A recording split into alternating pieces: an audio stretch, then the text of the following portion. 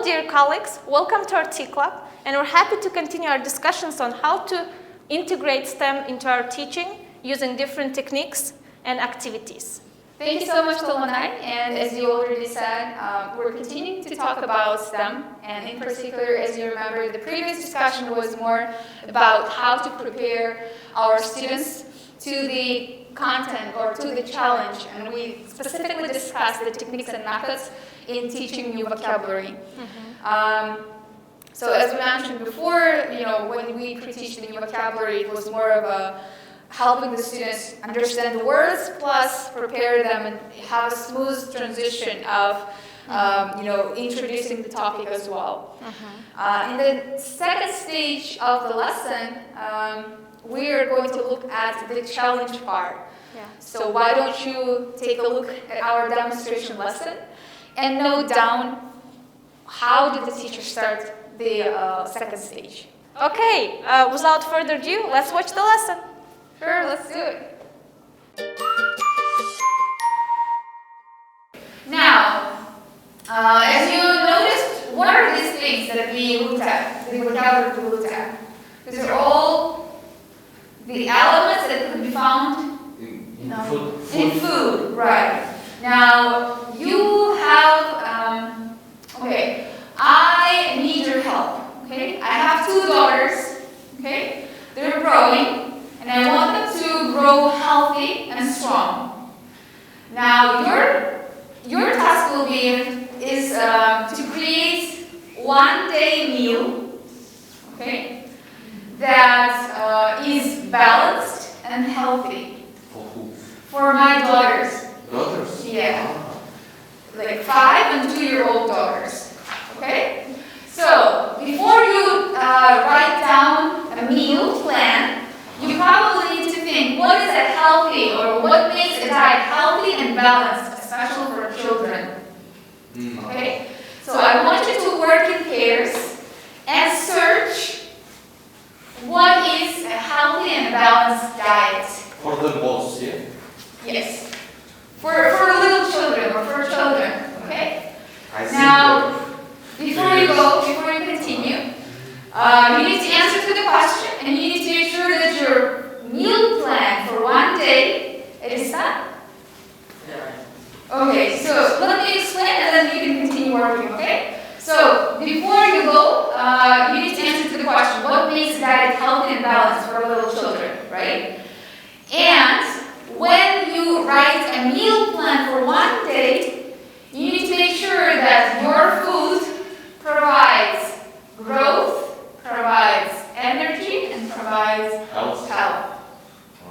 Okay? So you probably need to also search what is healthy, what is energy, and what is growth. Okay?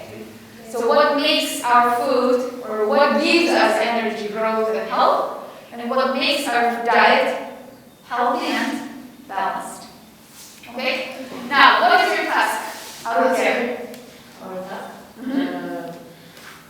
In fact, we will answer the questions. What makes the diet healthy, balanced, and we will choose from the meals, food that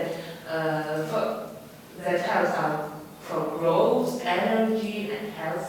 Right, so the food that you choose needs to provide energy, needs to provide growth, and needs to provide health, right? And for whom are you designing a meal plan? For children, right? For young children. So you should probably consider how much energy they use, right? How much energy they spend during the day. So who is more active, a little child or an adult? Little child. Little child. So the child needs more energy or less energy than adult? Probably more energy. Less energy. Probably more energy because they do a lot of physical activities. Okay? Okay. So you can use your phones. You research, and I'll give you 15 minutes for that. Okay? Oh, 15. All right? 15. We need to write breakfast, meal and dinner. Yes, breakfast, lunch, and dinner.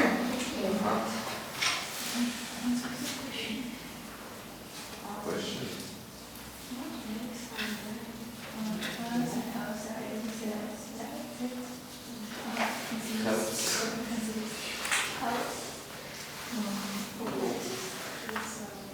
think we need to have like eats, makes individual. Individual. Because we can't make a universal.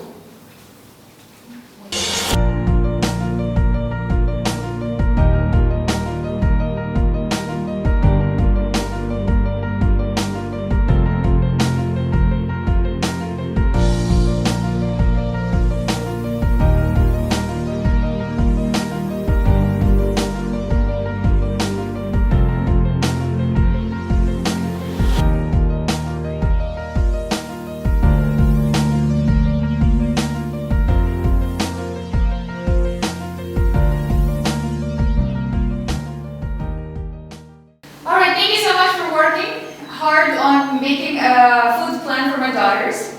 Before we discuss them, let's come here. Let's come back to the things that we discussed at the beginning.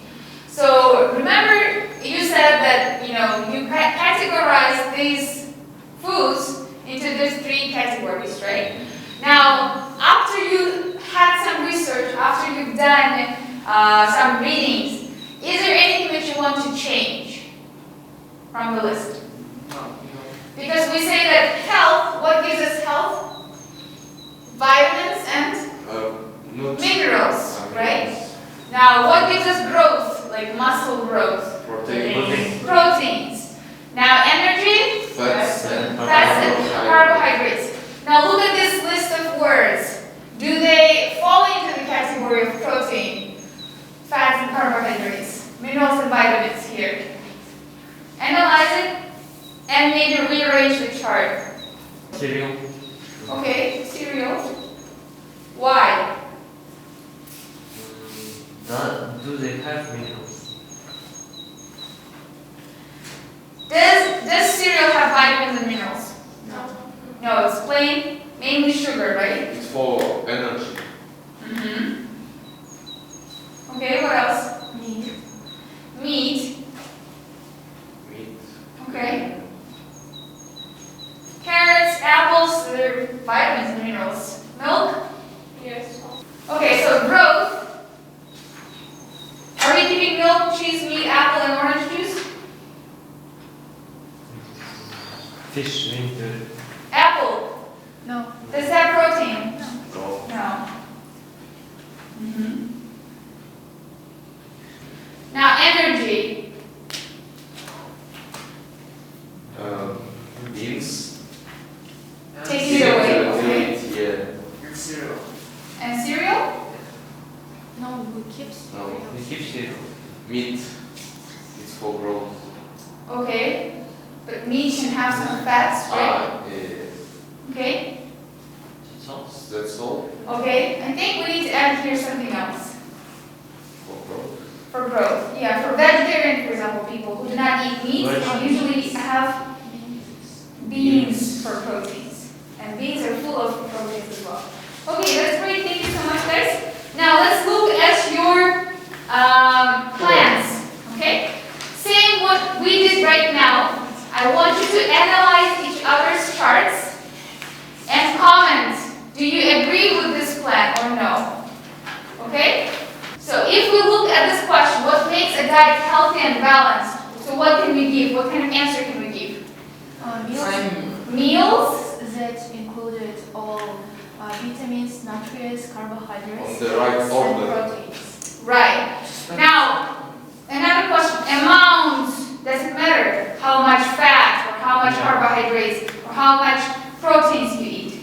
Yes. Yes. For example, I prepared a meal and it's like full of carbohydrates, small amount of minerals, small amount of nutrients, a small amount of proteins. Is it a health and balanced diet? No. No. Okay? So I want you to analyze each other's posters. Okay? And weigh how much protein, how much carbohydrate, how much fats does this meal contain. Okay? For 5 and 2-year-old kids. Okay? All right?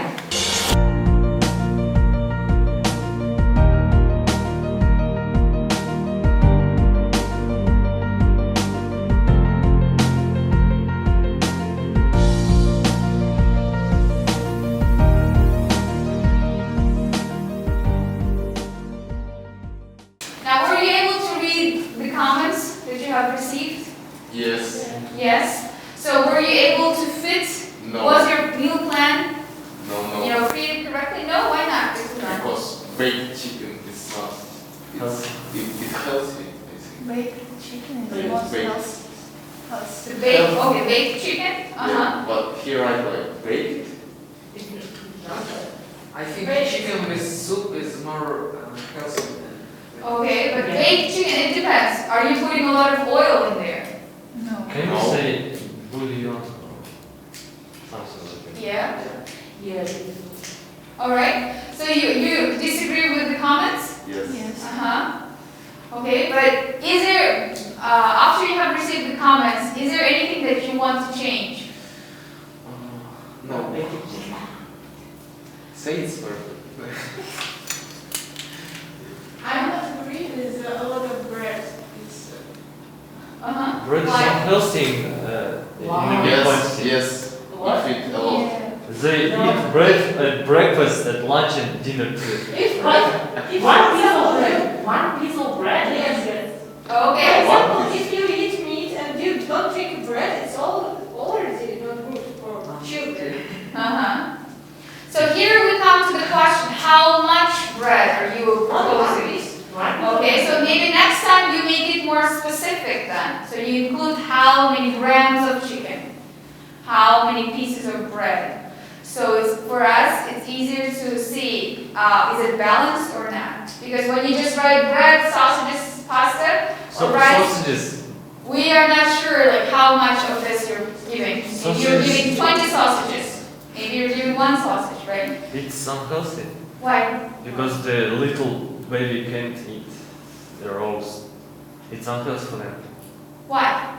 Because we don't know how they did the sausages. Uh-huh. We need to, if we want to give them sausages, we need to do them ourselves. Okay, so they need to be homemade. Yes. Okay. So now we're just suggesting here that food that is kind of already prepared might be a bit unhealthy for little kids, right? Okay. Now what I want you to do, at home is I want you to look again at your meal plans, okay? And look at the categories here that I've given you. Analyze your meal plan and maybe make some changes, okay? So here we have a lot of questions about like, oh, is it healthy to have a lot of bread for breakfast, lunch, and dinner? Now maybe we need to make it more specific, right? Include how many grams of bread, how many grams of chicken you're providing the little kids, okay? Okay. So what is your task now? To At analyze. To take your list. Take a look for our list And update it. and Yes. change something. Yes. So again, remember, what is a healthy and balanced diet? What is have all of this? Right. Some foods that provide all of the elements. Okay. And another question: does it depend on how much you provide? Is it important to consider how much you provide? Yes. Okay. So thank you for today's lesson, guys, and I see you next time with your homeworks. Okay. Okay. See you. Thank you for listening. Yeah, thank you. Bye. Bye. Okay, welcome back to our classroom. Today we're discussing Aygirim's lesson on inquiry-based learning. And what do you remember? What is inquiry-based learning? Yes, inquiry-based learning is a lesson that starts with a question, that poses a question and a challenge to students. So Aygirim, what was the question in your lesson? Yeah, my question, the challenge that I provided to my students was, what makes a diet healthy and balanced? So I challenged my students to prepare a one-day meal for my kids, my two daughters who are 5 and 2 years old, and I asked them to follow some criteria. So I gave them some kind of framework where they had to, design a meal that would fit into this category, into this framework. So as you see, I asked them to prepare a one-day meal. I asked them to make sure that the meal plan, fits to little kids' growth need and their daily energy take. And the plan must be healthy and balanced. And I think, as we discussed before in our previous discussion, the activity where the students looked at the pictures and they had to, categorize them into these 3 categories, like health, growth, and energy, would also provide them some kind of idea that, health includes some vitamins, minerals, or proteins, fats, and carbohydrates. So these students were already introduced to this content. Now they needed to dig a bit deeper to find out about the growth needs for a little kid, or how much energy they spend.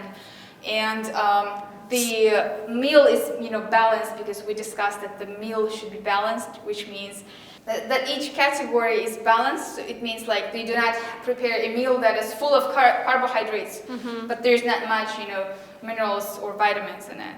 So they don't just start a challenge without knowing anything. They are already familiar with what are carbohydrates, what are fats and proteins, and now it's time they apply their knowledge. And how did they do?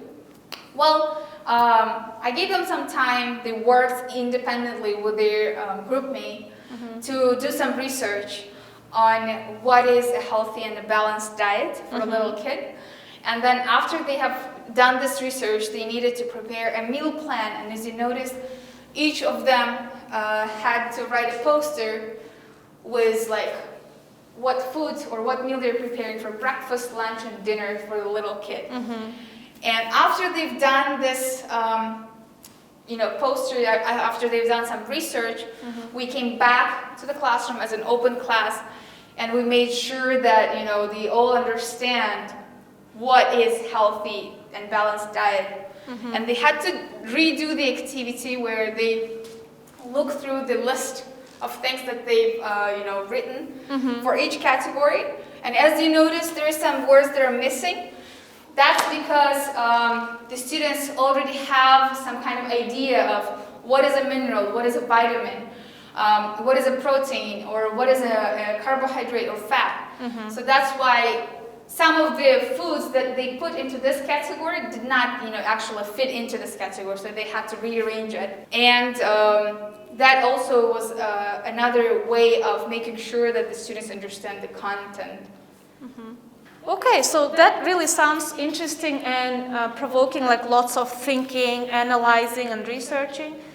So what happened after, at the end of the lesson? Right, so after we discussed these 3 categories, we came back to the students' posters that they prepared, and they had to walk around the room and look at the meal plan, analyze it, and see if it fits into the category of, into the second category here, if the meal that they prepared provides enough energy and growth for little kids. So they were evaluating each other's work. Right, so they had this peer evaluation where if they had some questions they needed to write. For example, here they have like, what about food between the, eatings, between the, meals? So some groups thought that 3 meals is not enough for little kids, so that's why they included 1 more as like snack. Yeah. Some of them were saying like, oh, are you sure that the baked chicken is healthy for a little kid? So they had to discuss this, debate, and then prove that no, like baked chicken is actually good for the child because it does not contain a lot of fats and etc. On the other hand, they also had to experience this in agreement, or they had to experience this disagreement, where some group were saying that, oh, you're including too much bread, and someone were saying, no, we're including just enough. And that's why I tried to point them out and say that, see, since you did not include and you were not like very specific, it was difficult for others to evaluate how well you have organized your meal. Yeah, I think it also gives a good chance for students to learn how to back up their claims with some evidence. Right. So if they researched that having this much of protein every day is enough, so they could also use their argumentation to prove that. Yes, and as a homework assignment, since we did not have enough time in the class, I asked them to take their meal plans back home, analyze them, and update, rearrange some information. So since they had an argument about the bread, I told them like you need to be more specific. So you need to research of how much food they can eat, or how much food the child can eat during the day, or how much bread the child can eat during the day. So they needed to include like, is it 1 piece or 2 pieces of bread?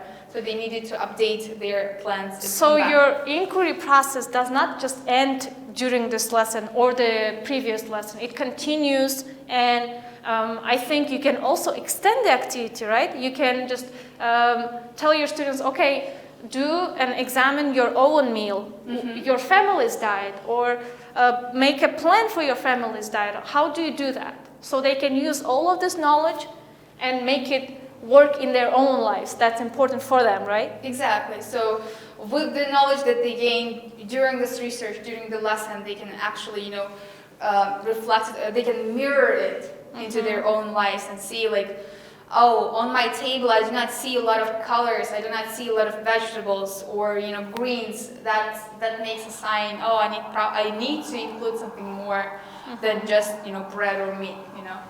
Well, I think this was a great lesson, and we had a great discussion about inquiry and how to apply it in your lesson and beyond.